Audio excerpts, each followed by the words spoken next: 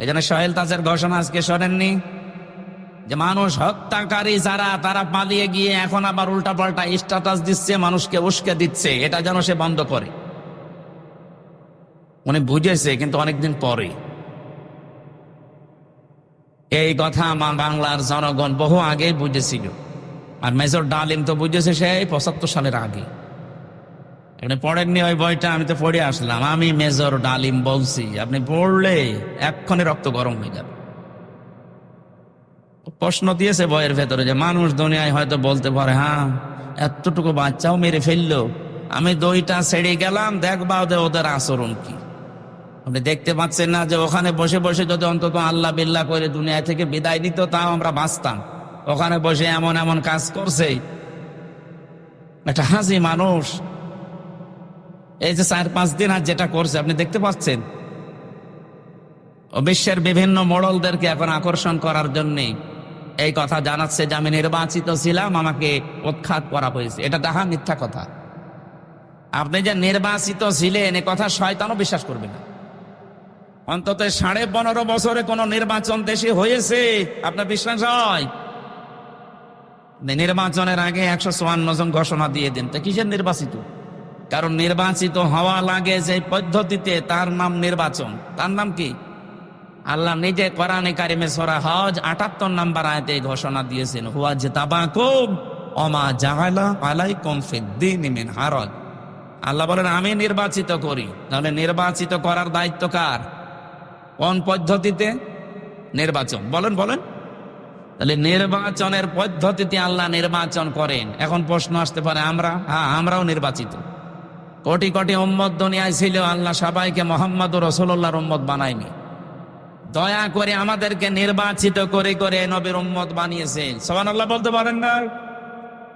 এমনকি এই এলাকায়, এই আশুলিয়া ধামরা এলাকায় মিলে বহু মানুষ ছিল, সবাইকে আল্লাহ কোরআন শোনার জন্য ময়দানে নিয়েও আসেননি। কথা বলেন না কেন?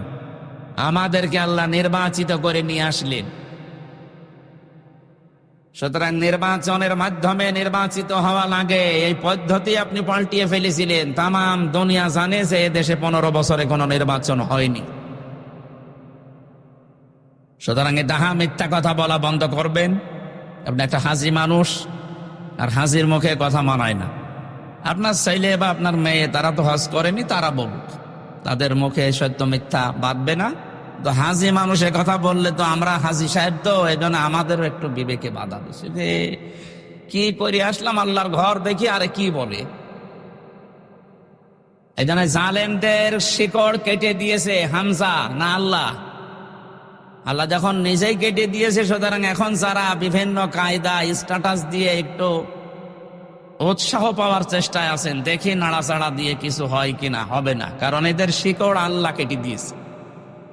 কিয়ামতের আগে দেশের চেয়ারে কোন জালেম যেন আর আসতে না পারে, সেটা করা লাগবে দেশে। যারা আসবে এই মানুষগুলো হবে ন্যায় পরায়ণ এবং ইনসাফ ভিত্তিক মানুষ। কোন জালেমকে আমরা দেখতে চাই না সামনে, ইনশাআল্লাহ। কোরআনে কারীম শোনার জন্য দল মত নির্বিশেষে এই গোরস্থানের ময়দানে যারা ছুটে এসেছেন, বলেন আলহামদুলিল্লাহ। দরুদ আর সালাম পড়ছি আমাদের নবী মুহাম্মদুর রাসূলুল্লাহ সাল্লাল্লাহু আলাইহি ওয়াসাল্লামের প্রতি। আজকে আমরা কোরআনে কারীম থেকে 2টা আয়াত পড়েছি। সূরা আলে ইমরান 83 নম্বর আয়াত, সূরা তাহা 55 নম্বর আয়াত।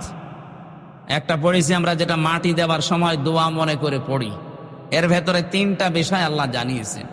যদি সত্যিই মাটি দেওয়ার সময় এই বিশ্বাস নিয়ে আপনি এই কথাগুলো বলেন, আমার মনে হয় এই আয়াত আপনাকে হেদায়েতের রাস্তা দেখিয়ে দেবে। কথা বলে না কেন? মানুষ যখন বলে মিনহা খলাকনাকুম, এই যে মিন মানে হতে, হা মানে উহা, উহা মানে কি? ওই মাটি। এই মাটি দিয়ে আল্লাহ তোমাকে বানিয়েছেন। প্রশ্ন আসতে পারে, আমরা কি শুধু মাটির তৈরি? কই, আমাদের বাবার স্ফলিঙ্গ দিয়ে দ্রুত গতিতে যে পানিটা বের হয়ে যায়, এর ভেতরে মাটি নেই না? আপনার বাবা যে খাবার খায়, ওই খাবারগুলো উৎপন্ন হয় মাটিতে। কি? তামাম দুনিয়ার যত রকমের খাবার আছে সব কিছুর উৎস কিন্তু মাটি।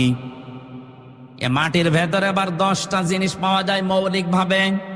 পাশের জেলা গাজীপুর, মৃত্তিকা গবেষণাগার আছে, সেখানে আপনি মাটি নিয়ে যান, দেখবেন 10টা জিনিস বের করে দেবে। মাটির ভেতরে আছে oxygen, iron, silicon, aluminium, potassium, magnesium. 10টা জিনিস আল্লাহ একত্রিত করে মাটি বানিয়েছেন। এ মাটি আল্লাহ পাক দুনিয়ার ময়দানে ফেরেশতা জিবরাইলকে, আজরাইলকে, মিকাইলকে, ইসরাফিলকে পাঠিয়েছিলেন, জানিয়ে আসো। এরা প্রত্যেকটি ফেরেশতা আসার পরে মাটির কন্দন দিকে ফিরে গেছে। হযরতে আজরাইল শেষ পর্যন্ত এমন থাবা দিয়েছে যে না, আল্লাহর হুকুম আমাকে মানাই লাগবে। তাফসীরে ফি জিলালিল কোরআন মুফাসসির লিখেছেন, হযরতে আজরাইলের ওই এক খামসা মাটিতে ছিল 40 মণ। আল্লাহর কাছে নিয়ে বললেন, কি করব এটা? আদম বানাও। 70,000 ফেরেশতা লাগিয়েছিলেন আমাদের এই দেহ বানাতে, তার মানে আমাদের বাবার দেহ হযরতে আদমের। 120 হাত লম্বা খালি দেহ বানিয়ে রেখেছেন। আল্লাহ রাব্বুল আলামিন বলেন, আমি ফেরেশতাদের দিয়ে পুরা দেহটা বানিয়েছি। সব দেহ বানিয়ে শেষ করে দেয়নি। ওয়ালাকাদ খলাকনাকুম সুম্মা সাওয়ারনাকুম সুম্মা কুলনা লিল মালাইকাতি ইসজুদু লিআদামা ফাসাজাদু ইল্লা ইবলিস। ইলা আখিরি আয়াত। সূরা আরাফের 10 নম্বর আয়াতে আছে, আল্লাহ পাক বলেন, অবশ্যই আমি মানুষদের বানিয়েছি এবং তারা আকৃতি দিয়েছি। এই যে আমি বানিয়েছি মানুষকে, এটা বলার পরে সব্বার না কম, এটা কেন দিলেন? শুধু মানুষের কথা বললেই তো হয়ে যেত, আলাদাভাবে আকৃতির কথা কেন বললেন? মুফাসসির বলেন, যদিও দেহটা আল্লাহ ফেরেশতাদেরকে দিয়ে বানিয়েছেন, কিন্তু আকারটা বানিয়েছেন আল্লাহ মুখেরটা নিজের হাতে। এই আকৃতিটা পৃথিবীর কাউকে, ফেরেশতাদের কাউকে আল্লাহ দেয়নি, শুধু নিজের হাতে সুন্দর করে তিনি সাজিয়েছেন। আর এত সুন্দর করে চেহারাটা বানিয়েছে, পৃথিবীর সব সৃষ্টির তুলনায় মানুষের চেহারা সুন্দর। লাকাদ খালাকনাল ইনসানা ফি আহসানি তাকওয়িম। অবশ্যই আমি মানুষকে সব চাইতে সুন্দর আকৃতি দিয়েছি, এত সুন্দর করে মানুষকে বানিয়েছি। এই যে আকারের দিকে তাকান, বিজ্ঞান প্রমাণ করছে আয়াতটা নিয়ে, সব্বার না কম, তোমাদের আকার আল্লাহ বানিয়েছেন। এই আকারের ভেতরে 5টা জিনিস আছে। এই 5টার ভেতরে 3টি ইন্দ্রিয় শক্তি কাজে লাগানোর জন্য আল্লাহ আমাদেরকে দিয়েছেন, বিশেষ করে কর্ণ, চক্ষু এবং এই বাক শক্তি, যেটা কথা বলি। মানুষের বিবেক থাকলে মানুষ উল্টাপাল্টা কথা বলতে পারে না। সূরা আরাফে পাবেন এই তথ্যটা, 179 নম্বর আয়াতের প্রথম অংশে আছে, ওয়ালাকাদ যারানা লি জাহান্নামা কাসীরাম মিনাল জিন্নি ওয়াল ইনস। অবশ্যই আমি অধিকাংশ মানুষ আর জিন জাহান্নামে দেব, এই জন্যই বানিয়েছি। এই একটু খেয়াল করবেন, শব্দটা শুরু করার আগে আল্লাহ গ্যারান্টি দিচ্ছে, এটা সুপারলেটিভ ডিগ্রি বলে। ওয়ালাকাদ খলাকনা, ওয়ালাকাদ যারানা, অবশ্যই আমি আল্লাহ বানিয়েছি লি জাহান্নামা, জাহান্নামের জন্য, কাসীরাম মিনাল জিন্নি ওয়াল ইনস, অধিকাংশ মানুষ আর জিন জাহান্নামে দেব, এই জন্য বানিয়েছি। প্রশ্ন আসতে পারে, আল্লাহ যখন কাসীরা দিলেন যে অধিকাংশ জিন আর মানুষ জাহান্নামে দেবে, তাহলে আমাদের আর কোনো দোষ নেই নাকি? এদের পরবর্তীতে আল্লাহ 3টি ইন্দ্রিয় শক্তির কথা দিয়েছেন, যেটা আমাদের এই চেহারার ভেতরে আছে। এই যে বাক শক্তি, যেটা দিয়ে বিবেকের তাড়নায় কথা বলা হয়। বিজ্ঞান আমাদের এই কথা বলা শব্দটা নিয়ে সূরা রহমানের 4 নম্বর আয়াতে আছে, খালাকাল ইনসানা আল্লামাহুল বায়ান। আমি মানুষ বানিয়েছি আর তাকে কথা বলা শিখিয়েছি। এটা নিয়ে বিজ্ঞানে গবেষণা চালিয়েছে যে মানুষ কথা বলে কি করে, দেখি তো। এই যে কয়েক ইঞ্চি জায়গা গলার ভেতরে, এখানে 27টা স্তর আছে। এতটুকু জায়গায় 27টা স্তর পার করার পরে, ধাক্কা লাগার পরে একটা কথা তৈরি হয়। আপনি তো মনে করছেন এ আর কি, আপনি টের পাচ্ছেন? এই কথা বলার শক্তি পৃথিবীর কেউ আপনাকে দেয়নি। যারা এই 15.5 বছর কথা বন্ধ করে রেখেছিল তারাও দেয়নি। ডাইরেক্ট ইনডাইরেক্ট ভাবে দেশে আমরা শুধু 14 দলের লোক বাদ দিয়ে বাকি সবাই ছিলাম কথা বন্ধ অবস্থায়। কথা যা বলতাম ওটা কথা না। আমাদের বাক শক্তির উপরে একটা অনিয়ন্ত্রিত একটা গোপন ভাবে আইন জারি করা ছিল, আমরা কথা বলতে পারতাম না। আমি এর ব্যাখ্যা পড়েছি তাফসিরে আর হাদিসে। নবীজি জানিয়েছেন কথা কিভাবে বলো জানো? প্রত্যেকটি স্তরে একটা করে ফেরেশতা বসে আছে। এর কাছে এর কাছে ওর কাছে এভাবে 27টা জায়গা ভাগ ভাগ করে আসে। শেষ নাম্বার ফেরেশতা কথাটা যেভাবে তৈরি হওয়া দরকার ওইভাবে তৈরি করে ছেড়ে দেয়। একজন ফেরেশতা যদি দায়িত্ব অবহেলা করে আপনি কিয়ামত পর্যন্ত কথা বলতে পারবেন না, শুধু গা গু করবেন। কত বড় নিয়ামত পেয়েছেন আপনি, টের পেলেন? আল্লাহ পাক বলেন এই যে যোগ্যতা দিলাম তোমাকে, এই যোগ্যতাটা যার আগে দুনিয়ায় কাজে লাগায় না, বিবেক যাদের দিয়েছি, হৃদয় দিয়েছি, যে মানুষগুলো অনুধাবন করতে পারে কিন্তু এই মানুষগুলো অনুধাবন করার শক্তি থাকার পরেও করে না। এটা সারা বিশ্বে এখন তাকান, মানবতা বিপন্ন হয়ে যাচ্ছে, অথচ মোড়ল ছাড়া দুনিয়া যারা চাষ করে তাদের মুখে কথা নেই। এ মানুষগুলো মানবতার পক্ষে শুনি কথা বলে, মানবতার ধ্বজাধারীরা। এই শব্দটাকে পুঁজি করে বাংলাদেশে মানবতা, এই শব্দটাকে কাজে লাগিয়ে ওরা এখন একটা অফিস খুলতে চাচ্ছে ঢাকায়, সমকামিতার। এই কথা বলছেন, এটা একটা হারাম কাজ। আল্লাহর পুরা সৃষ্টিকে ওরা পাল্টিয়ে ফেলেছে। আল্লাহ নারীর প্রতি পুরুষ, পুরুষের প্রতি নারীর একটা আকর্ষণ বানিয়েছেন। এটা সূরা আলে ইমরানের 14 নম্বর আয়াতে আছে, হুব্বুশ শাহাওয়াতি মিনান নিসাই ওয়াল বানিন। আল্লাহ বলেন পৃথিবীতে যত আকর্ষণীয় বস্তু আছে, লোভনীয়, তার ভেতরে 1 নাম্বার মানুষের জন্য আমি তৈরি করে দিয়েছি মেয়েদেরকে। অথচ সেই সিস্টেম পাল্টিয়ে তারা আজ মেয়ে বাদ দিয়ে পুরুষে বিয়ে করবে। এরা আল্লাহর সৃষ্টিকে পাল্টাতে চায়। ওরা তো মানবতার অফিস খুলবে এই কথা দিয়ে ওরা এখন সমকামিতার অফিস ঢাকায় খুলতে চাচ্ছে। ঢাকাবাসী একটা মানুষ যদি ইমানদারে ঢাকায় থাকে অফিস খুলতে দেওয়া হবে না, সে যত শক্তিশালী হোক। এই কাজ করে এই লূত নবীর স্ত্রী, এই কাজ করে লূত নবীর সাথী ডেড সিতে পরিণত হয়েছে, মৃত সাগর। এখনো পর্যন্ত সাগরে কিছু বাঁচে না। আপনি জর্ডানে যেয়ে দেখেন ওই সাগর এখনো আছে। বাংলাদেশকে অনেকে জর্ডান বানানোর জন্য গোপন ষড়যন্ত্র করছে। এখন বলেন এসব আপনার বলার দরকার নেই, আপনি মাটির নিচের ওয়াজ করেন। আরে ভাই, এমন অবস্থা সামনে 2 তলা নৌকা। কয় তলা? আমরা উপর তলায় আছি, নিচ তলায় আছে ওনারা। বারবার উপরে পানি নিতে আসছে। এখন যদি বলে ঝামেলা করেন কেন, নিচে তো পানি আছে, একটু ফুটো করে নিলেই তো হয়। ওরা যদি বলে ঠিক আছে আপনাদের ডিস্টার্ব হয়, আর জীবনে আসবো না। পানি তো হাতের কাছে আছে, একটা তক্তা শুধু খুলে নেব। এই কথা বলে যদি ওরা খুলতে চায়, ওপরে আমরা যারা আল্লাহর ওলি বসে আছি যদি বলি লা ইলাহা ইল্লা আনতা সুবহানাকা ইন্নী কুনতু মিনাজ জালিমিন, পানি ওটা বন্ধ হবে। আরো জোরে বলেন।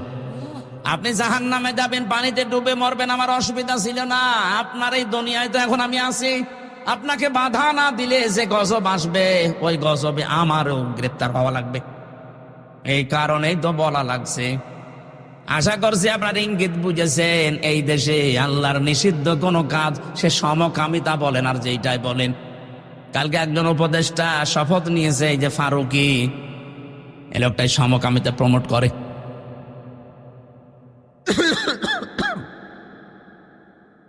দেশের ছাত্র জনতা এবং আলেমরা চাচ্ছে এই লোক যেন এই দায়িত্বে না থাকে। এটা আমাদেরও সবার দাবি, এই লোককে এখান থেকে তাড়াতাড়ি নামিয়ে দেন। ও যতদিন থাকবে আল্লাহর গজব নাজিল হবে। নিজের স্ত্রীকে যারা দেহ ব্যবসায় লাগাতে পারে, নিজের দেহ দেখিয়ে যারা উপায় করে, এই মানুষগুলো জেনা করে করে টাকা পয়সা কামাই করেছে সারা জীবন। কি এটা জেনা না? হয়তো লজ্জা স্থানের জেনা না হতে পারে, চোখের জেনা হয় না তাদের, হাতের জেনা, মুখেরটা, হৃদয়েরটা, তো বাকি আছে কোনটা? বাকি যেটা আছে ওইটা ওদের বাকি নেই। আমি নিচে নামলাম না। তো এইরকম মানুষকে আপনি মুসলমানের ৯৬ দেশে দায়িত্ব দিয়ে দেবেন, কয়দিন পরেই তো প্রমোট করবে যে আমরা পুরুষে পুরুষে বিয়ে করব। যেহেতু আল্লাহ ফাকতিয়া দিয়েছেন, ফাকতিয়া দাবিরুল কওমিল্লাযিনা যালামু, জালেমদের শিকড় কাটা হয়ে গেছে। সুতরাং আমরা কোন জালেম আবার সামনে বসে আবার উল্টা পাল্টা জেট চালাবে আমরা এখনই বন্ধ করতে চাই। বিবেক যাদের আছে আপনার কাজে লাগে না কোন কারণে বলেন তো? পাগলকে তো আল্লাহ বিবেক দেয়নি, এই জন্য পাগলের কোনো হিসাব নেই। আলাহুম আয়ুনুল লা ইবসিরুনা বিহা, তাদের চোখ আছে কিন্তু তারা দেখে না। কত কিছু তুমি দেখতে পাও, কোরআনের কথাগুলো দেখতে পাও না। আল্লাহ চোখকে ডাক দিয়ে বলছে, চোখওয়ালা মানুষ কি করো তুমি? আফালা ইয়ানজুরুনা ইলাল ইবিলি কাইফা খুলিকাত ওয়া ইলাস সামাই কাইফা রুফিআত ওয়া ইলাল জিবালি কাইফা নুসিবাত ওয়া ইলাল আরদি কাইফা সুতিহাত। বলেন আল্লাহু আকবার। এখানে আল্লাহ 4টা সৃষ্টির নাম দিয়েছেন। ওই চোখওয়ালা, একটু ওঠের দিকে তাকাতে পারো না? কিভাবে তাকে বানালাম, মরুভূমির জাহাজ বানিয়ে দিয়েছি তাকে। জমিনের দিকে একটু তাকাতে পারো না? কিভাবে আমি সমতল করে দিলাম বিছানা।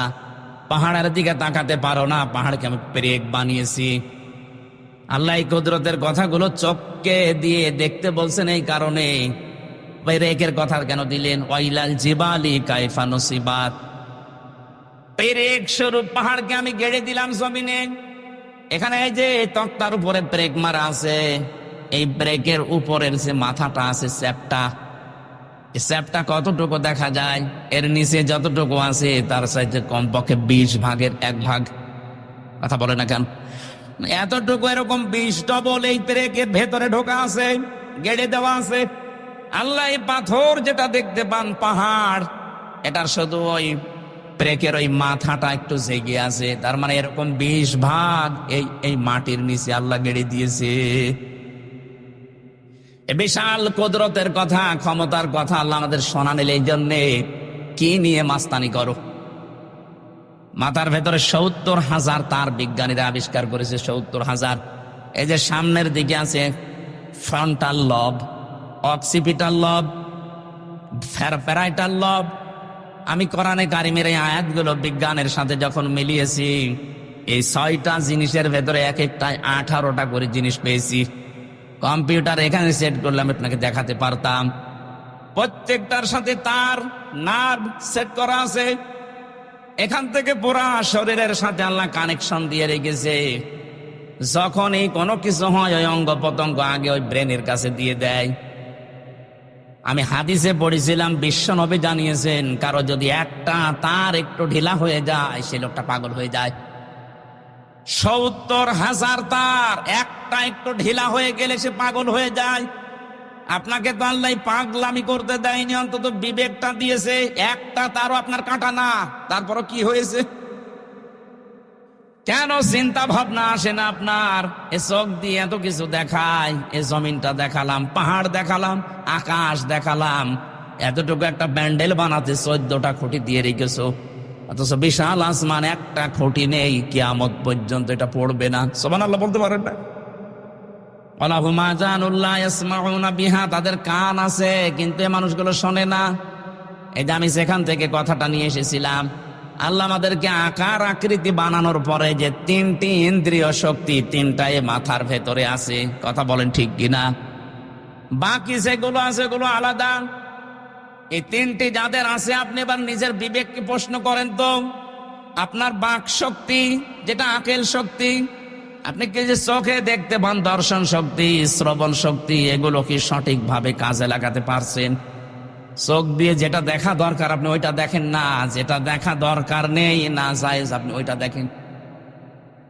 পাশে গরস্থান, যেহেতু বহু মানুষ এখানে বসে আছে, এই যে মোবাইল, এমন এমন দৃশ্য এর ভেতরে সেভ করে রেখেছেন যেটা নিজে দেখলে আনন্দ পান আর অন্য দেখলে আপনার লজ্জা লাগে। এরকম দৃশ্য নেই?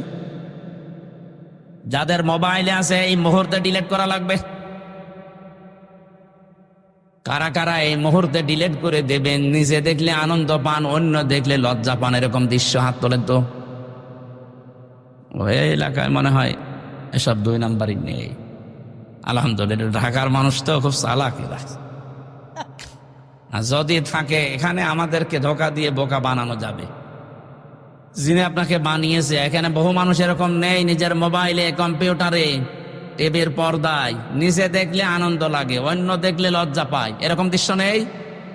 এটা কবিরা গুনাহ। নিজে দেখলে ভালো লাগে, আনন্দ লাগে, মজা লাগে, অন্য কেউ দেখলে আপনি কষ্ট পান, লজ্জা পান, শরম পান, এটা হারাম। এই মুহূর্তে যদি এটা ডিলিট না করেন, আপনার ইবাদত বন্দেগীতে মজা পাবেন না। এটা করে দেন, দেখেন ফজরের নামাজে কি একটা শান্তি পান। এখনই করে দেন, ওইটা চলে যাস। অত করে দেওয়া দূরের কথা, ওইটা চলে যাচ্ছে না। এই এলাকায় ওয়াজ মনে হয় হবে না। আপনার কষ্ট হচ্ছে। আর আমল যদি শুরু না করি, ওয়াজ প্রতি বছরে বছরে দিয়ে লাভ আছে? এখনই এই আমলটা করা যায় না? আমার এর ভেতরে আছে শুধু লেকচার। আন্তর্জাতিক স্কলার যারা আছে, আন্তর্জাতিক স্কলার আমার বিশ্ববিদ্যালয় স্যারদের লেকচার আছে শুধু। এগুলো আমি সেভ করে রাখি কিছু পাওয়ার জন্য। আপনার মোবাইলে আছে পরিমণির নাচ, বলেন সুবহানাল্লাহ। এরকম নাচ দেশে নেই? থাকলে আপনি ডিলিট করে দিন ভাই। এই যে বাচ্চারা, মুরগির বাচ্চা বলেন, মুরগি যখন এইভাবে পাখাটা দেয়, পাখাটা দেওয়ার পরে ডাউন করার পরে ফল করে ফেলে দেয়, একটার সাথে আর একটা পর লেগে যায়, লেগে যায় না? একটু সফট হয়, একটু কোমল হয়, মোলায়েম হয়। ওর নিচে যখন বাচ্চারা আশ্রয় নেয়, তখন একটা কিচির মিচির কিচির মিচির আওয়াজ দেয়। এটাকে বাংলায় বলে অনির্বচন সুখ। আপনি আজকে যদি এখনই আল্লাহর ভয়ে এই কাজটা করতে পারেন, ঘৃণা করে যে যা আমি আর জীবনে কাজ করব না, আমার বিবেকে বাধা দেয়, আপনি দেখেন ফজরের নামাজ পড়লে আপনার তখন আলাদা একটা অনির্বচন সুখ পাবেন। এটা পাওয়ার জন্যই তো এসেছেন নাকি? সুতরাং এটা আজকেই করে দেবেন, আমি আশা করতে পারি আপনার কাছে। না আশা করতে পারি না? আল্লাহ যেন তৌফিক দেন, বলেন আমিন। আল্লাহ রাব্বুল আলামিন বলেন, আমি এই সুন্দর করে আকৃতি এটা বানিয়ে শেষ করে দেয়নি, ফেরেশতাদেরকে এবার ডাক দিলাম। রুহটা তার ভেতরে দেওয়ার পরে সে একটা হাসি দিয়েছিল। বিজ্ঞান জানিয়েছে, একবার যখন মানুষ হাসি দেয়, ওর শরীর থেকে এত পরিমাণ জার্ম বের হয়ে যায়, যদি কেউ টাকা পয়সা খরচ করে হাসি দেওয়া লাগতো তো 12,000 টাকা খরচ হতো এক একবার হাসি দিতে।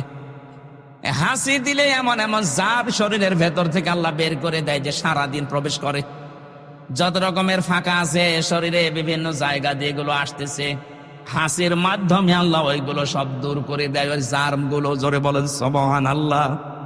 এটা আমাদের আদি পিতা হযরতে আদমকে আল্লাহ যখন রূহ দেয়, তখন তিনি এরকম হাসি দিয়েছিলেন। এই যে বানাতে গিয়ে ফেরেশতারা যে খড়কটা, বালি, মাটি, আগুন, পানি, বিভিন্ন জিনিসের ভেতরে ছিল, একবারে হাসি দেওয়ার সঙ্গে সঙ্গে নাক দিয়ে, মুখ দিয়ে আল্লাহ সব বের করে দিয়েছেন। হযরতে আদম আলাইহিস সালাম ওই সময় একটা শব্দ বলেছিলেন, আলহামদুলিল্লাহ। আল্লাহ এত বেশি খুশি হয়েছেন শব্দটা শোনার পর, কিয়ামত পর্যন্ত আদমের সন্তান যারা আসবে তারা যদি হাসি দেয়, আলহামদুলিল্লাহ বলা তাদের জন্য ওয়াজিব হয়ে যায়। এমনকি তার পাশে যে থাকবে তার জন্য পড়া লাগবে ইয়ারহামুকাল্লাহ। কথা বলছে না কেন? কি একটা গুরুত্বপূর্ণ কাজ যে আলহামদুলিল্লাহ পড়া ওয়াজিব, পাশে থাকলে তার জন্য ইয়ারহামুকাল্লাহ বলা লাগবে কেন? তার পাশে যে থাকবে সে বলবে ইয়াহদিকাল্লাহ। এর পাশে যে থাকবে 5 জনের নাম পেয়েছি আমি হাদিসে। চিন্তা করলাম, একটা শব্দ আলহামদুলিল্লাহ বলা হাসি দিয়ে এত কেন? ইয়ারহামুকাল্লাহ, ইয়াহদিকাল্লাহ কেন বারবার এত কেন? কারণ আপনি এক একবার হাসিয়ে ডাক্তারের কাছে বলেন যে আমার হাসি দিয়ে দেন, 12,000 টাকা নেবে। একবারে যদি 12,000 হয়, 5 বার যদি হাসি দেন 5 বার আপনি ফকির হয়ে যাবেন শুধু হাসি দিতে। হযরতে আদম হাসি দেওয়ার পরে দাঁড়িয়ে গেছেন। ফেরেশতাদেরকে আল্লাহ পাক বলেন, দাঁড়াও, আমি একটা ক্লাস করাবো আজকে। জান্নাতের ভেতরে আল্লাহ নিজে শিক্ষক হয়ে আদম আলাইহিস সালামকে একটা ক্লাস করিয়েছিলেন। এবার আমি শিক্ষিত মানুষদের বলছি, وعلم آدم الأسماء كلها ثم عرضهم على الملائكة আল্লাহ পাক বলেন আমি নিজে আদমকে ক্লাস করালাম, যত রকমের নাম আছে সব ওই ক্লাসে তাকে শিক্ষা দিলাম। এসএম এর বহু বচন আসমা। আমি আলেমদেরকে বলছি এবার যত তাফসির এখন এই দেশে পাওয়া যাচ্ছে, গতানুগতিক যে তাফসির গুলো দেখবেন ওখানে এসএম এর বহু বচন আসমা। আসমা মানে নাম সমূহ। আপনার কি মনে হয় যারা শিক্ষিত ভাই আছেন, জেনারেল বলেন আরবিতে বলেন, বলেন ওখানে ক্লাস করাচ্ছে কে? আল্লাহ। আপনি হিসাব করে করে বলেন ক্লাস করাচ্ছে কে? ছাত্রকে বলেন তো, ক্লাসটা কি সাধারণ ক্লাস? আর জায়গা জান্নাত। এই গণশাস্ত্র ভার্সিটি না, সরাসরি আল্লাহ নিজে জান্নাতের ভেতরে, সাধারণ মানুষের ক্লাস না, একেবারে প্রথম মানুষ, তাও নবী, তাকে ক্লাস করাচ্ছেন আল্লাহ নিজে শিক্ষক হয়ে।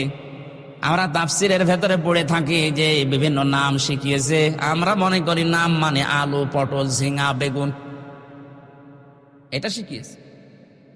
আপনার কি বিবেক মরিয়ে গেছে নাকি বলেন তো?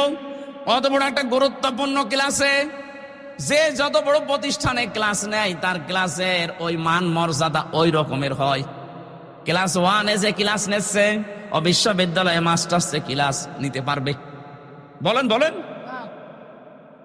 কারণ ভার্সিটিতে যারা ক্লাস করে 80 জন 85 জন ছেলে মেয়ে সব ম্যাগনেট, ওইটা নিয়ে বসে আছে। ওখানে 1 ঘন্টা ক্লাস নিতে হলে আপনাকে 50 ঘন্টা পড়া লাগবে। যদিও এরকম শিক্ষক এখন আস্তে আস্তে হারিয়ে যাচ্ছে, এখন অধিকাংশগুলো ব্যবসা হয়ে গেছে। কথা বলছে না কারণ আমার বিশ্ববিদ্যালয়ে এক একটা সেমিস্টারে কমপক্ষে 42টা ক্লাস নেওয়ার কথা, 3টা 4টা নেয়, বাকিগুলো সব আল্লাহর রাস্তায়। এটা যদি রেকর্ড হচ্ছে আমার স্যাররাও শুনবে, শুধু আমার স্যাররা না, সারা পৃথিবীতে এটা যাবে কালকে বিভিন্ন ভাষায় রূপান্তর হয়ে। সবাইকে বলছি কান খাড়া করে শুনবেন। ওয়াইলুল লিল মুতাফফিফিন আল্লাযীনা ইযা কাতালু আলান নাসি ইস্তাওফুন। আল্লাহ পাক বলেন ধ্বংস হয়ে যাক ওই দোকানদারগুলো, যেই মানুষগুলো দুনিয়ায় ওজনে কম বেশি করে। প্রশ্ন আসতে পারে এটার ভেতরে শিক্ষককে আপনি পেলেন কোথায়? হ্যাঁ আছে, নেওয়ার সময় বেশি নেয়, দেওয়ার সময় কম দেয়, এরা ধ্বংস হয়ে যাবে। কে বলছেন? আরো জোরে বলেন।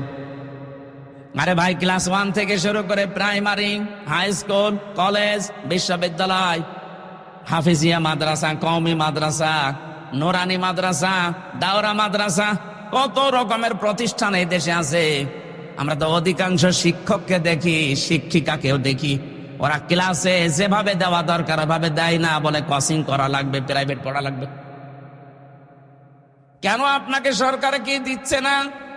আপনি ক্লাসেই দিতে পারতেন। 8টা ঘন্টা আপনার কাছে আমরা থাকি, ক্লাসে দেওয়ার জন্য আপনি তো 8 ঘন্টা 10 ঘন্টা পড়িয়ে আসবেন দিনের বেলা। মাত্র 8 ঘন্টা ডিউটি আপনার, বাকি সময় তো সরকার আপনাকে ফেরি দিয়েছে, খেলা করার জন্য দেয়নি। আপনি যা করবেন ওই সাবজেক্টের উপরে যত রকমের তথ্য উপাত্ত আছে সব জোগাড় করবেন, এসে ক্লাসে ওইগুলো ডেলিভারি দেবেন। আপনি তো নেওয়ার সময় ঠিকই নিয়েছিলেন। একজন বিশ্ববিদ্যালয়ের স্যার হওয়ার জন্য কত লেখাপড়া করা লাগে আপনি জানেন।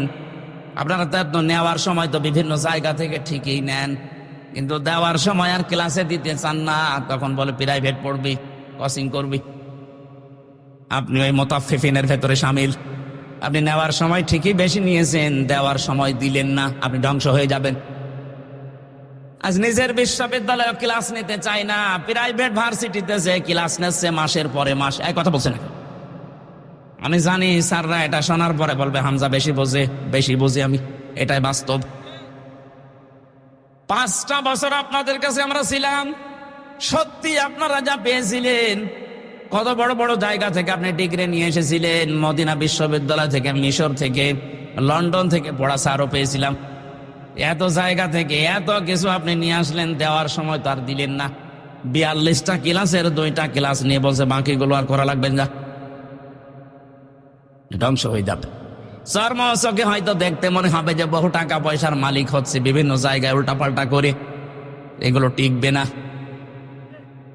আপনি 10 লাখ টাকা কামাই করে নিয়ে আসবেন ডান আর বাম হাত দিয়ে, বাড়িতে এসে দেখবেন 15 লাখ টাকার ক্ষতি হয়ে গেছে। দেখবেন আপনার বউ পাগল, কি গো আর কথা বলতে পারছেন, এখন কথা বলাতে লাগবে 8 লাখ। মেয়ে বেরিয়ে চলে গেছে আল্লাহর রাস্তায়, ওরে ঘুরিয়ে নিয়ে আসতে আরো 5 লাখ, 8 5 13 গেল। ছেলে ওদিকে সিনে ধরেছে, নিয়ে আয় হুজুর, নিয়ে আয় কবিরাজ, নিয়ে আয়, ওটা ঝাড়তে আরো 2 লাখ। নিয়ে এসেছিলেন মাত্র 10 লাখ, চলে আসছে 15 লাখ। হারাম টাকা থাকবে না। আমি শুধু ইঙ্গিত দিলাম, আমার মনে হয় শিক্ষিত যারা ওরা বুঝে ফেলেছে।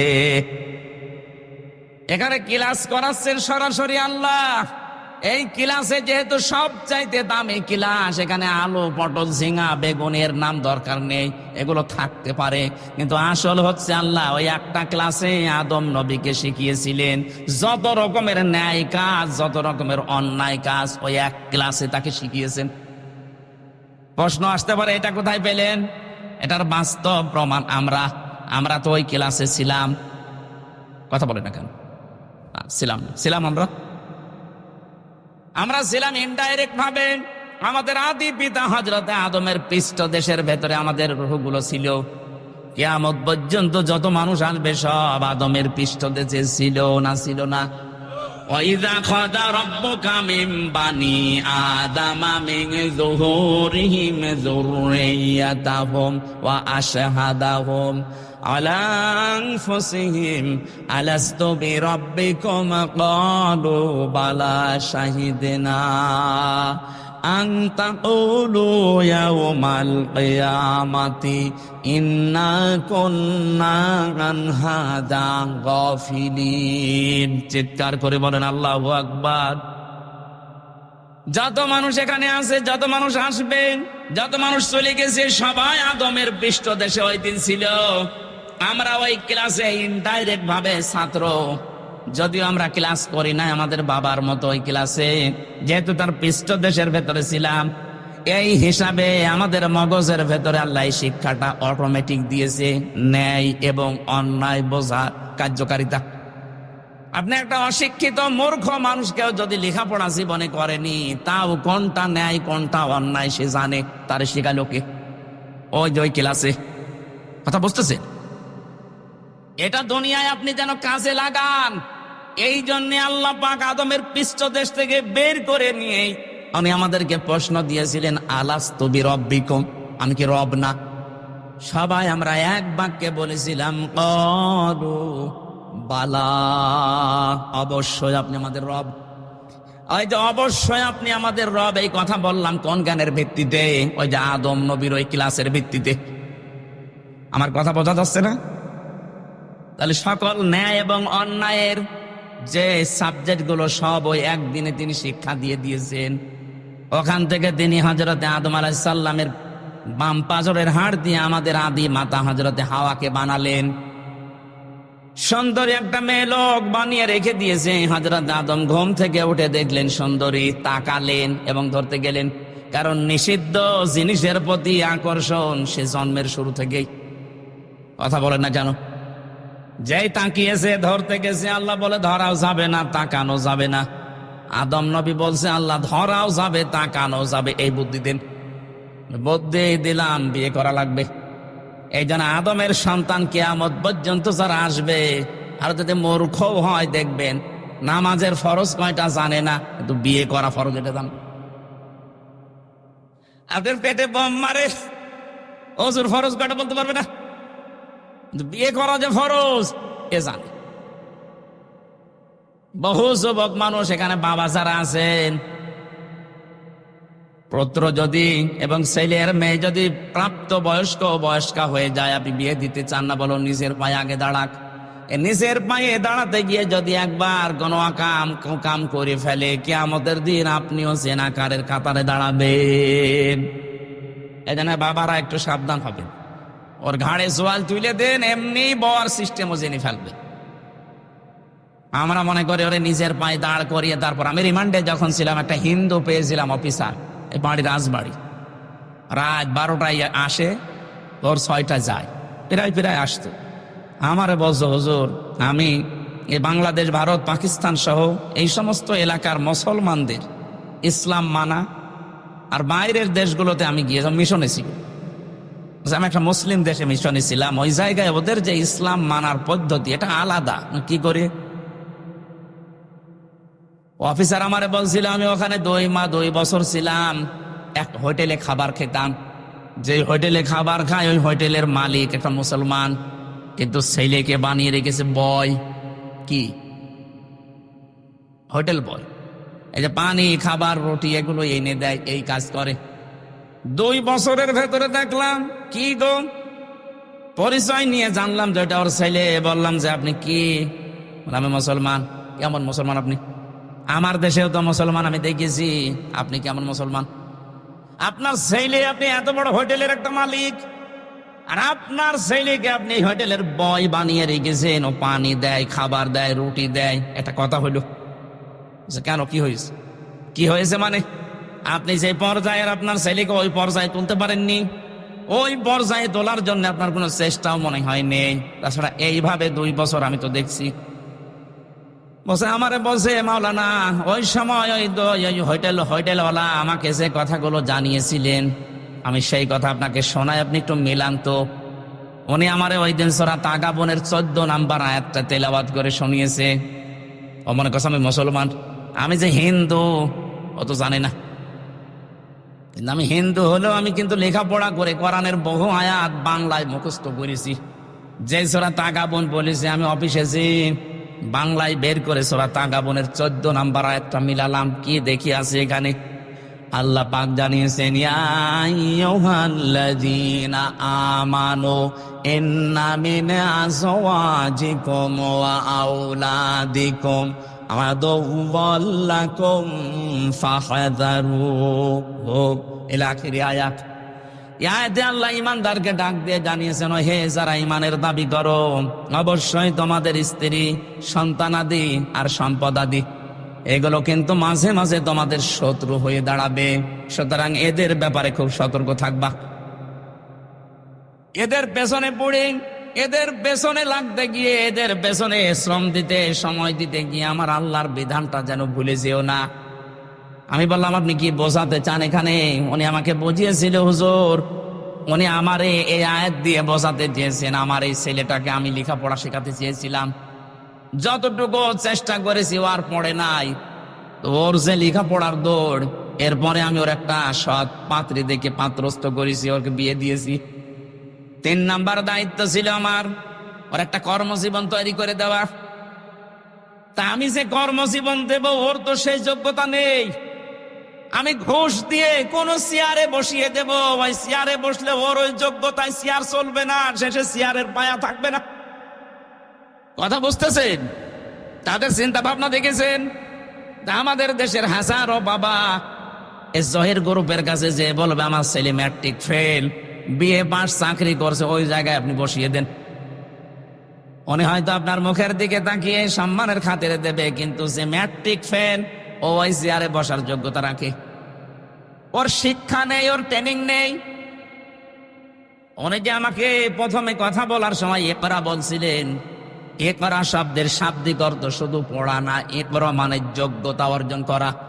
আজ বাংলাদেশে আমরা অনেকেই মনে করি ইকরা, সালে, তাকওয়া এই শব্দগুলো নিয়ে। ইকরা, এরপরে সালে, তাকওয়া, এই শব্দগুলোর ব্যাখ্যা শুনি না আমরা। সালেহ মানে নেককার, তাকওয়া মানে আল্লাহর ভয়, ইকরা মানে পড়া না। এর আধুনিক ব্যাখ্যা হচ্ছে আপনি যেই জায়গায় যেতে চান ওই বিষয়ের জ্ঞান আগে আপনাকে অর্জন করা লাগবে এবং প্রশিক্ষণ নেওয়া লাগবে, শিক্ষা নেওয়া লাগবে, তারপরে ওই জায়গাটা আপনি সুচারুরূপে চালাতে পারবেন। আমাদের এই দেশে এই সিস্টেমটা নেই, যে যেখানে যাওয়ার যোগ্যতা রাখে না, ঠেলা দিয়ে, ঘুষ দিয়ে সেখানে পাঠায়। আজ বাংলাদেশে যত প্রতিষ্ঠান আছে অধিকাংশগুলো ওই যোগ্যতাই নেই, ঠেলা দিয়ে হয় পাঠিয়েছে, তাই ঘুষ দিয়ে। যার ওই পর্যন্ত যাওয়ার লেখাপড়াই নেই, প্রশিক্ষণ নেই, শিক্ষা নেই, তাকে পাঠাবেন ওই জায়গাটার পায়া আরো নষ্ট করবে। চেয়ারে যদি একটা পায়া থাকে আরো নষ্ট হয়ে যাবে। গত সিজনে আপনি দেখেছেন কৃষি মন্ত্রণালয়ের দায়িত্ব যাকে দেওয়া হয়েছিল, ওই সিলেটের মৌলভী বাজারে বাড়ি, শ্রীমঙ্গল, উপাধ্যক্ষ আব্দুল শহীদ। আপনি নিরপেক্ষ দৃষ্টিতে বলবেন, এই লোকটা একটা কলেজের স্যার, এ সারা জীবন লেখাপড়া করিয়েছে ছেলে মেয়েদের। ও কৃষি সম্পর্কে কি জানবে? ওকে জীবনে কোনোদিন মাঠে গিয়েছে, প্রশিক্ষণ কি ওই জায়গায় কোনোদিন নিয়েছে? তারে আপনি ওই দায়িত্ব দিলেন? মানে যারা ওই বিষয়ের উপরে সারা জীবন পড়াশোনা করে, ওর উপরে প্রশিক্ষণ নেয়, শিক্ষা দিতে পারে, ওই রকম একটা মানুষকে দেন। আপনি এমন মানুষকে দিলেন তার বাড়িতে 3.5 কোটি টাকা পাওয়া যাচ্ছে, 11টা দেশের রুপি পাওয়া গেছে, 85 ভরি সোনা পাওয়া গেছে। এইটাই তো হবে যে চেয়ারে বসাবেন, ওর শিক্ষাও নেই, প্রশিক্ষণও নেই, ওখানে যাওয়ার যোগ্যতা ওর নেই, ও সারা জীবন লেখাপড়া করিয়েছে ছেলে মেয়েদের, এরকম একটা জায়গায় দিতেন। এমন কাজ করে গেলেন, ওই জায়গাটা এখন ধ্বংস হয়ে গেছে। কয় বিঘা জমিতে কয় মন ধান হয় ও জীবনে কোনোদিন যে চাষ করে দেখেছে? এই জন্য আমি যেটা বলতে চাচ্ছিলাম, এই হিন্দু অফিসারের এই কাহিনী দিয়ে একটা শিক্ষা আছে। আমরা আজ বাংলাদেশে যারা দায়িত্বে আছি, সামনে যারা আসবেন, আপনার আত্মীয় স্বজন ছেলে মেয়ে যাই বলে, এদেরকে উপরে তুলতে হলে যে যে যোগ্যতায় আছে তাকে ওই পর্যন্তই তোলেন। কথা বলে না কেন? তার যোগ্যতা নেই ভার্সিটির টিচার হওয়া, আপনি তাকে একেবারে ভাইস চ্যান্সেলর বানিয়ে দিচ্ছেন। যা শুরু হয়েছে আমার মনে হচ্ছে সামনে শিক্ষা ব্যবস্থা ধ্বংস হয়ে যাবে। কারণ বিশ্ববিদ্যালয় স্যার হওয়ার জন্য ফার্স্ট ক্লাস ফার্স্ট হওয়া লাগে, 1, 2, 3 এদেরকে নেওয়া লাগে। অথচ এদেরকে এখন আর নেওয়া হচ্ছে না। 35 লাখ 40 লাখ টাকা নিয়ে ওই 70 রোল নাম্বার করে দেওয়া হচ্ছে। ও তো চেয়ারে বসে 2-1টা পায়া যদি ঠিক ছিল, ও পায়া আরো ভাঙবে। কথা বলে না কেন? এই মুসলিম দেশের এই দোকানদারের জীবনী থেকে একটু শিক্ষা নেওয়া যায় না যে সে তার ছেলেকে ভালোবাসে, কিন্তু যে ছেলের জন্য আমি তো জাহান্নামে হতে পারি না, তার যোগ্যতা নেই, আমি একটা অফিসে তার বস বানিয়ে দেবো? মানে ওর যা যোগ্যতা ও সেই কাজ করবে। কাজটা তো হালাল কাজ, যদিও চা টেনে দেওয়া, পানি টেনে দেওয়া, রুটি টেনে, কাজটা তো হালাল কাজ। ও হালাল কাজ করে ও জান্নাত পাবে। জোরে বলেন সুবহানাল্লাহ। হযরত আদম আলাইহিস সালাম যেই তাকিয়েছেন মেয়েটার দিকে, বললেন না, তাকানো যাবে না, ধরা যাবে না, কি করবেন?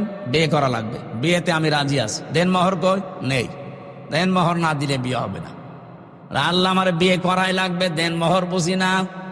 আমার আখেরি নবী মুহাম্মদ রাসূলুল্লাহর উপরে 10 বার দরুদ শরীফ পড়ো, দেন মোহর হয়ে যাবে। দরুদ শরীফ পড়ে শেষ। এবার আদমকে বললেন, কুলনা ইয়া আদম উসকুন আনতা ওয়া যাওজুকাল জান্নাতা ওয়া কুলা মিনহা রাগাদান হাইথু শি'তুমা। এই যারা শিক্ষিত আছেন, এই যে আজ নারী পক্ষ কাজ করছে, নারী স্বাধীনতা আন্দোলন, নারী বিপ্লব পরিষদ, 13টা সংগঠন কাজ করছে মেয়েদের অধিকার আদায়ের জন্য। অথচ এই আয়াতের ভেতরে দেখেন কতগুলো অধিকার আছে। মেয়েরা যদি জানতো, এরা নিজেদের এই অধিকার আদায়ের জন্য রাজপথে মিছিল করত। অথচ তাদেরকে ব্যবহার করার জন্য কিছু মানুষ সামনে দিয়ে ভোগ করার জন্য ব্যস্ত আছে। আল্লাহ আমাদের আদি পিতা আদমকে কি বললেন? যে বিয়ে হয়ে গেছে, এবার বউ নিয়ে চলে যাও বাড়িতে। জান্নাত আমাদের বাবার বাড়ি, আমাদের আদম আলাইহিস সালাম বাবা না? জান্নাত আমাদের কার বাড়ি? আরো জোরে বলেন। বিয়ে করার পরে বউ নিয়ে যাওয়া লাগবে বাবার বাড়ি। আর আমরা অনেকে বিয়ে করে ঘর জামাই থেকে যাই। আপনি বিয়ে করে বউ নিয়ে বাবার বাড়ি যান, হ্যাঁ, কি করবেন বাবার বাড়ি যে? আল্লাহ বলেন ওয়াকুলা। এখানে যারা তাফসির বসে আলেমদেরকে বলছি, আল্লাহ কিন্তু আংতা ওয়াকুলা দেয়নি। বউ নিয়ে বাড়ি যাওয়ার পরে নিজে একেবারে মরণ খাওয়া খাবা, এরপরে যতটুকু বাঁচে বউকে খাওয়াবা না। এই জন্য আল্লাহ আংতা বাদ দিয়ে দিয়েছেন, একবারে ওকুলা দিয়ে বসন দিয়েছেন। কোরআনের প্রতিটি শব্দ গবেষণামূলক, যেইটা নিয়ে চিন্তা করবেন আপনাকে আল্লাহ জান্নাতের পথ দেখিয়ে দেবে। মেয়েদের কি অধিকার আল্লাহ দিচ্ছেন? আংতা না দিয়ে একবারে কোলা। তুমি যতটুকু খাবার, যেই মানের খাবার, যেই মানের পোশাক, যেভাবে চলবা স্টাইলে, ঠিক ওই মানের খাবার, ওই মানের পোশাক তোমার স্ত্রীকে দেওয়া লাগবে। আপনি নারীর অধিকার খুঁজে পান না। যেই দিন আল্লাহ নারীকে বানিয়েছেন ওই দিনই তার অধিকার দিয়ে দিয়েছেন। আপনারা যে অধিকার দিতে চাচ্ছেন, এটা অধিকার না, এটা ভোগ করা। দুধ খাওয়ানোর দায়িত্ব বাবার না মার? অবশ্য মার। এই, আপনি কি আলেম? এখানে আলেম যারা আছে জিজ্ঞাসা করেন তো, দুধ খাওয়ানোর দায়িত্ব সন্তানকে বাবার না মার? চেয়ারম্যান সাহেব বলেন তো। না, উনি যে ভারপ্রাপ্ত চেয়ারম্যান তো এই জন্য মনে হয় পারবে না, উনি ভারটা মুক্ত হলে পারবে ইনশাআল্লাহ। আমরা চাই আল্লাহ সামনে যেন ভার মুক্ত করে একেবারে জায়গা মতো বসিয়ে দেন। বলেন আমিন। আমি আজকে একটা নিরসন করবো, যারা আছেন এটা রেকর্ড হচ্ছে, দুধ খাওয়ানোর দায়িত্ব বাবার, কিন্তু মা এই দায়িত্বটা পালন করছে দয়া করে। উনি যদি পালন না করে, আপনার কোথায় পেলেন? হ্যাঁ, সূরা বাকারা 2 নম্বর পারা 17 নম্বর পৃষ্ঠা 1ম নম্বর লাইনে 232 নম্বর আয়াত মাঝের অংশে আছে, ওয়ালিদাতু ইরদিউনা আওলাদাহুন্না হাওলাইনি কামিলাইনি লিমান আরাদা আইয়ুতিম্মার রাদা। এটা মুযাক্কার শব্দ, পুরুষ, পুরুষের দায়িত্ব এটা। 2 বছর দুধ খাওয়ানোর দায়িত্ব কার? বলেন বলেন। কিন্তু পুরুষের মেশিন পত্র আছে, আমরা পাবো কোথায়? এটা আল্লাহ তো আমাদেরও মেশিনই দেয়নি, সুতরাং এটা দিয়েছে যাদের, ওনাদের দিয়ে দায়িত্ব পালন করিয়ে নেয়। ওনারা যদি বলে না আমি করবো না, ওনার গোনা হবে না। এখন মারা যদি বলে যে তোমার ছেলে তুমি দুধ খাওয়াও, যদি আমাকে দিয়ে কাজ করাতে চাও 2 বছর 5 লাখ করে টাকা দেওয়া লাগবে, আপনাকে তাই দেওয়া লাগবে। মাইকে বলা মনে হয় ঠিক হইল, মহিলারও তো শুনছে। সম্মানিত মা বোনেরা, কানে হাত দিয়ে থাকেন, আমি গোপন কথাটা বলে ফেললাম। এখন যদি ওরা বলে যে তোমার এক একটা ছেলে মেয়ের জন্য 5 লাখ করে টাকা দাও, তারপরে দুধ খাওয়াবো, নাই তোমারটা তুমি খাওয়াও, আমি পাবো কোথায়? অধিকার আপনাদের যা দিয়েছে, একটা একটা করে যেগুলো কোরআন থেকে হাদিস থেকে নেন, এই যারা আন্দোলন করছে এদের মুখে ঝাঁটা দেওয়ার কথা মনে হবে আপনার। নারী বিপ্লব পরিষদ গঠন করে উনি চালাচ্ছে। মেয়েদেরকে সামনে দিয়ে যে মানুষগুলো মিছিল করে, এদের রুচি কি? আমি একবার যশোরে মাহফিলে গিয়েছিলাম, যশোর ওই যে পালবাড়ি যে মোড় আছে, ওই সময় বাসে যেতাম, বাসে যেয়ে নেমে দাঁড়িয়ে আছি, যশোর MM কলেজের মেয়েরা মিছিল করছে যে ইফটিজিং এর বিরুদ্ধে ডাইরেক্ট অ্যাকশন। মনে করলাম আল্লাহ, এখন যে অবস্থা, পুলিশে যদি আমারে ধরে আবার কোন সালের অপরাধী বলে চালিয়ে দেয়। পুলিশের ভয়ে ঢুকলাম এক চার দোকানে, ঢুকে দেখছি পুলিশ চা খাচ্ছে। আরে ভাই, আপনার ঝামেলায় আপনার বেকার, আর আপনি আমার সামনে। উনি আমার বসে, হুজুর একটা কথা বলি। বলেন। সেই যে মিছিল আসতেছি, যশোর MM কলেজের মেয়েরা, এক একটার বয়স হচ্ছে 20 বছর 22 বছর 25 বছর। এই যে যুবতী মেয়েরা, বুকে কোনো ওড়না নেই, স্কিন টাইট প্যান্ট পরা, একটা ব্যানার ধরে আছে হাত দিয়ে, আর এক হাত দিয়ে বলছে ইফটিজিং এর বিরুদ্ধে ডাইরেক্ট অ্যাকশন। উনি আমার বলছে, হুজুর যে জিনিস দেখছি মনে হচ্ছে ইফটিজিং আমি আগে করি। না, ঠিকই বলিস। কিসের অধিকার আদায় করার জন্য আপনি নামেন? আর আপনাকে আল্লাহ কি অধিকার দিয়েছে? স্বামীকে বলছে, আহা আদম, বউ নিয়ে যাও বাবার বাড়ি, যে শুধু নিজে মরণ খাওয়া খাবা না, যতটুকু খাবা, যতটুকু মানের খাবার, ওই মানের খাবার স্ত্রীকে দেওয়া লাগবে। এতটুকু আল্লাহ শেষ করেননি। অকুলা মিনহা রগদান হাইসু শি'তুমা, বউ নিয়ে ঘরের ভেতরে একেবারে তালাবদ্ধ করে রাখবা না, ওখানে যেখানে ইচ্ছা যাবে, যা ইচ্ছা খাবে। তার মানে কি, বউ নিয়ে আপনি ঘোরাফেরা করতে পারেন, বিভিন্ন জায়গায় যেতে পারেন।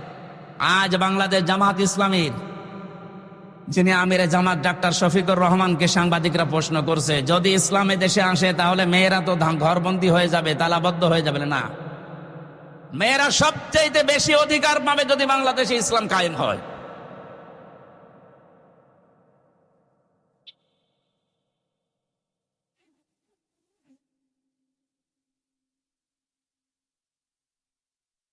থাকা দেওয়া লাগবে না।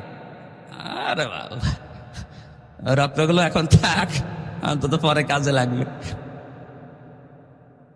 সম্মানিত মা বোনেরা, আপনাদের অধিকার যেগুলো দিয়েছেন কোরআনে একটা একটা করে, উনি যেহেতু কোরআন পড়ে জানে, উনি বলেছে এই কারণে কোরআনের দিকে তাকিয়ে, যদি ইসলাম এসে যায় এদেশে, মেয়েরা সবচেয়ে বেশি অধিকার ভোগ করবে। ঘরের ভেতরে তালাবদ্ধ হয়ে থাকার জন্য আপনারা আসেননি, আপনাকে নিয়ে বেড়ানোর কথা কোরআন বলছে। রগাদান হাইসো সে তোমা, যেখানে ইচ্ছা যাও, যা ইচ্ছা খাও, কিন্তু সাবধান, ওয়ালা তাকরাবা হাদিহি শাজারা, ওই গাছের কাছে যাবে না। তার মানে কি? এই গাছ মানে শুধু গন্ধম গাছ। এটা যদি শুধু গন্ধম গাছ উদ্দেশ্য হতো, কোরআনে আল্লাহ আয়াত নাযিল করতো না। এটা মানে আল্লাহর বর্ডার। আপনি বউ নিয়ে এমন জায়গায় যেতে পারবেন না যেখানে গেলে আপনারও ফরজ পর্দা থাকে না, বউরও পর্দা থাকে না। এমন অনুষ্ঠান দেশে নেই। কথা বলেন না কেন? এমন বিয়ের অনুষ্ঠানে গেলেন যেখানে নিজেরও পর্দা থাকছে না, আপনার বউরও পর্দা থাকছে না, ওইরকম অনুষ্ঠানে যাওয়া জায়েজ নেই। এইরকম পিকনিকে যাওয়া যাবে না বন্ধুদের সাথে, এরকম মেলায় যাওয়া যাবে না। শিশু মেলার নাম দিয়েছে, শিশু নেই, শুধু শিশুর খালারা আর মামারা। এখানে গেলেই শুধু অ্যাক্সিডেন্ট হয়।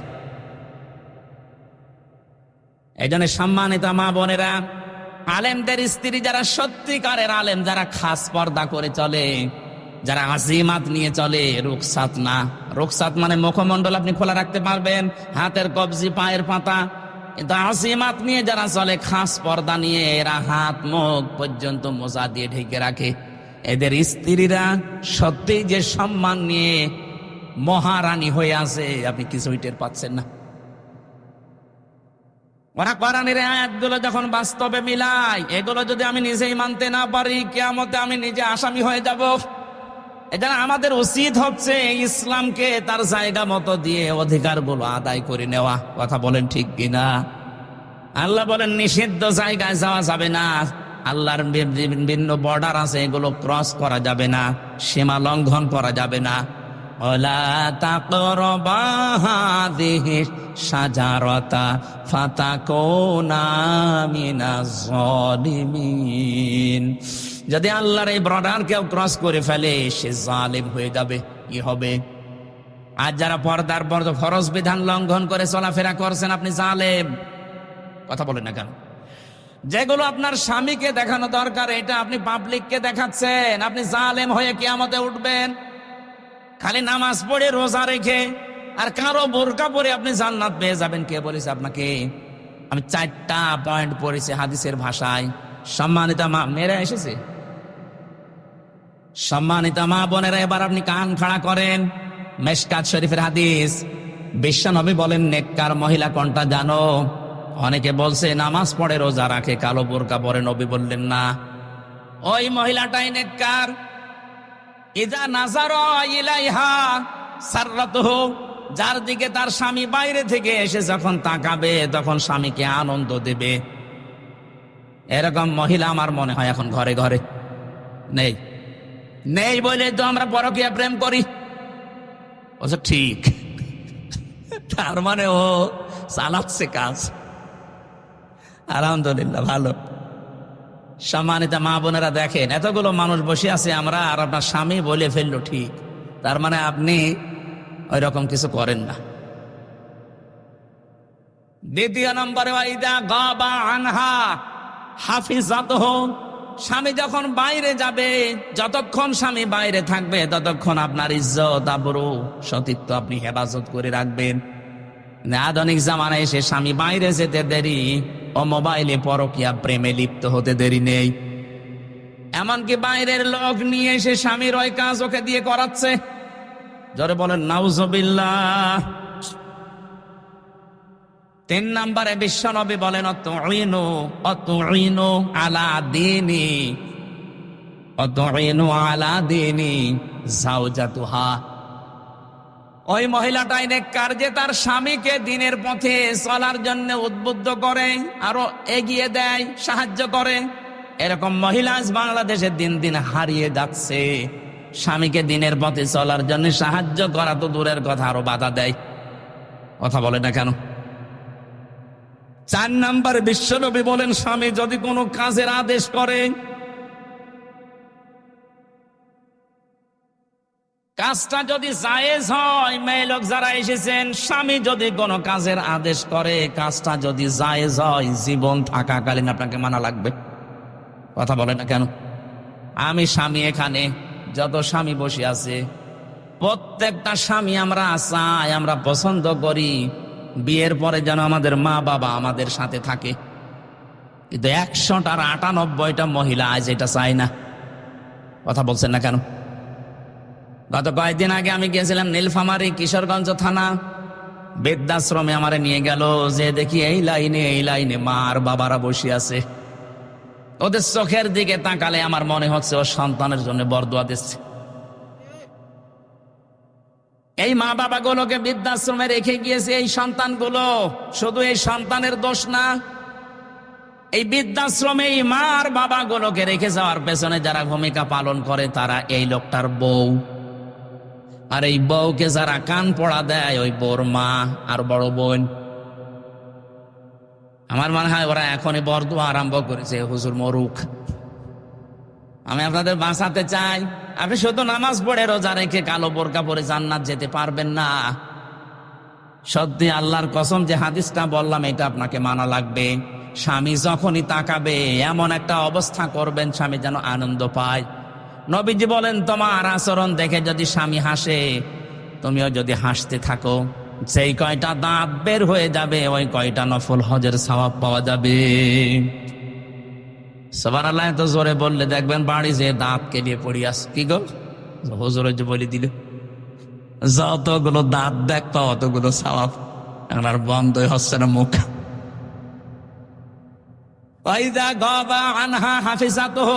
স্বামী যখন বাইরে যাবে, খুব গুরুত্বপূর্ণ বিষয় এটা। নামাজ রোজার মতোই ফরজ। আপনার শরীরকে আপনি হেফাজত করে রাখবেন, এমনকি মোবাইলে কোন আওয়াজে কথা বলবেন সেইটাও আল্লাহ কোরআনে দিয়েছেন। সূরা আহজাবের 32 নাম্বার আয়াত, 22 নাম্বার পারা, 1 নাম্বার পৃষ্ঠা, 3 নাম্বার লাইনে আছে। এটা তাফসিরে খাজেনের ভেতরে পাবেন। ইয়া নিসান নাবিয়্যি লাস্তুন্না কাআহাদিম মিনান নিসাই ইনিত্তাকাইতুন্না ফালা তাখদা'না বিল কওলি ফায়াতমা'আল্লাযী ফী কলবিহি মারাদু ওয়া কুলনা কাওলাম মা'রুফা। বলেন আল্লাহু আকবার। আল্লাহ বলেন, হে নবীর স্ত্রীরা, কারো সাথে যদি কথা বলতে চাও পর্দার আড়াল থেকে কথা বলবা, সঠিক কথা, মিথ্যা কথা বলা যাবে না। সম্মানিত মা বোনেরা, মোবাইলে বলেন, ফ্যাক্সে বলেন, ফোনে বলেন, যেখানেই কথা বলেন, মিথ্যা কথা বলবেন না। কিন্তু ভাষা হবে রুক্ষ সূক্ষ্ম, এমন কড়া কড়া ভাষা দিয়ে কথা বলবেন ঝাঁঝালো গলায়। ওর মনের ভেতরে যদি গুড়ও থাকে বলবে আল্লাহ দরকার নেই, এ মহিলা না আজরাইল।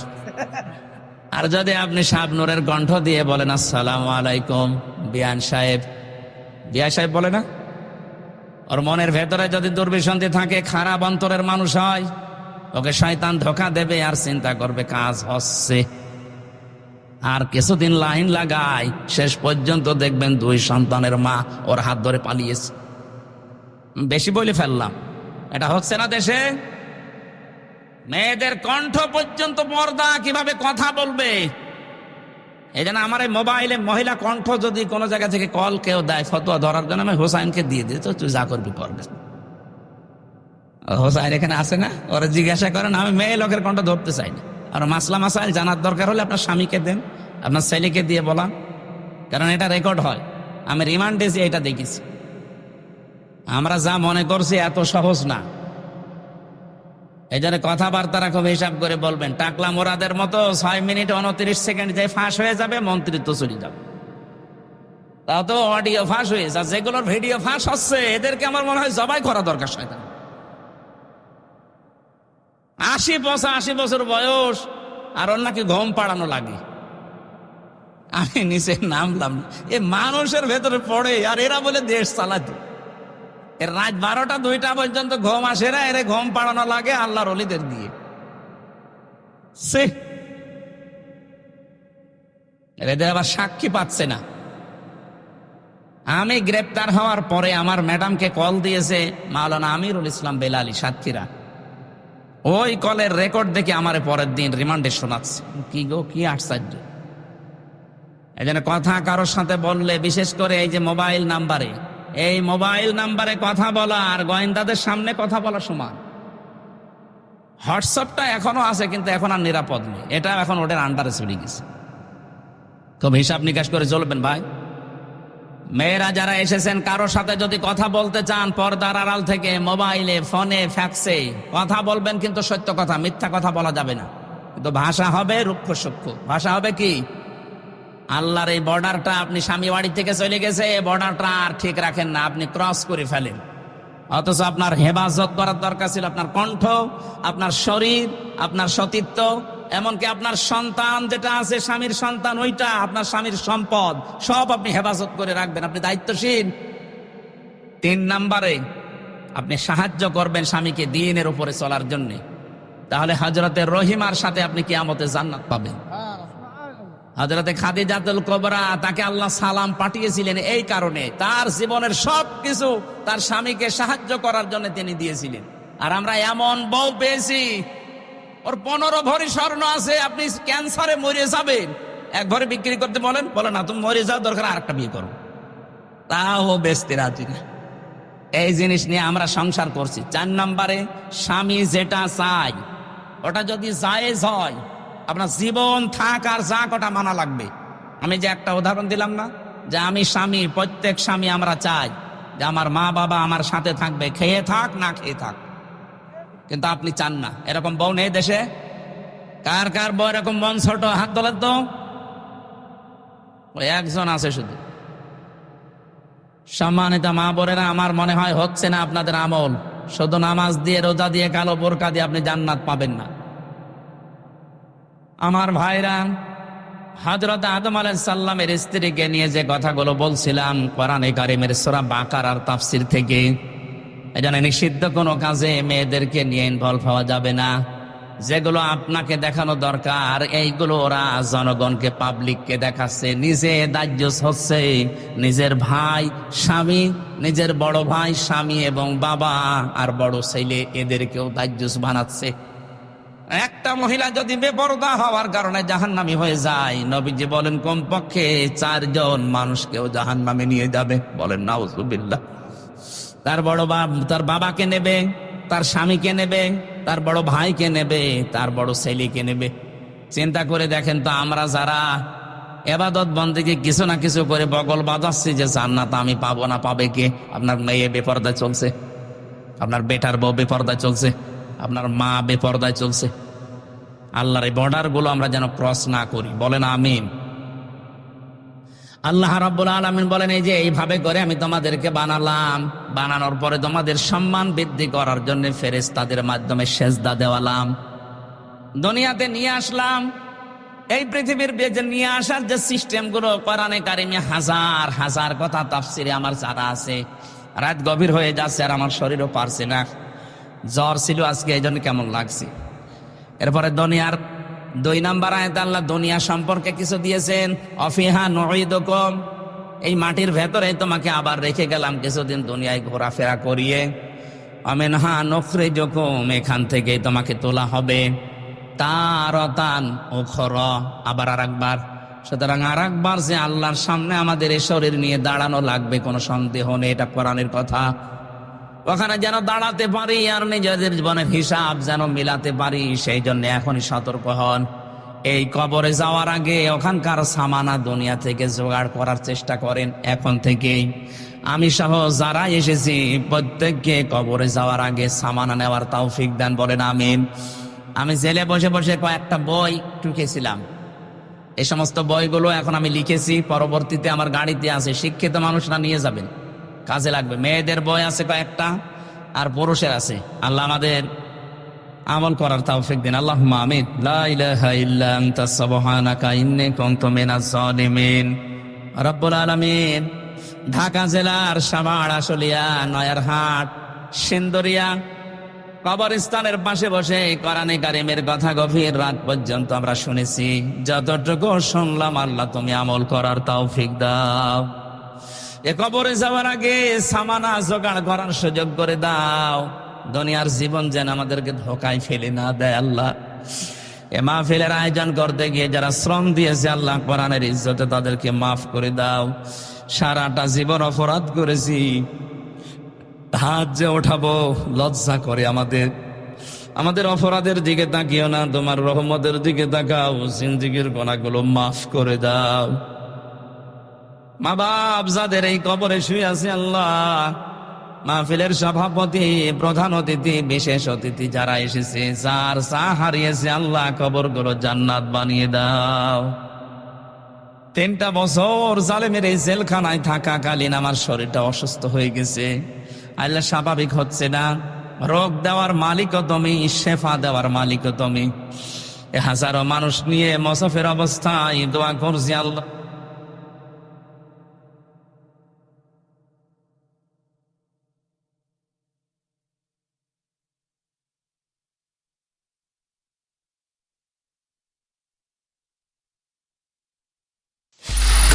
Free audio post-production by alphonic.com.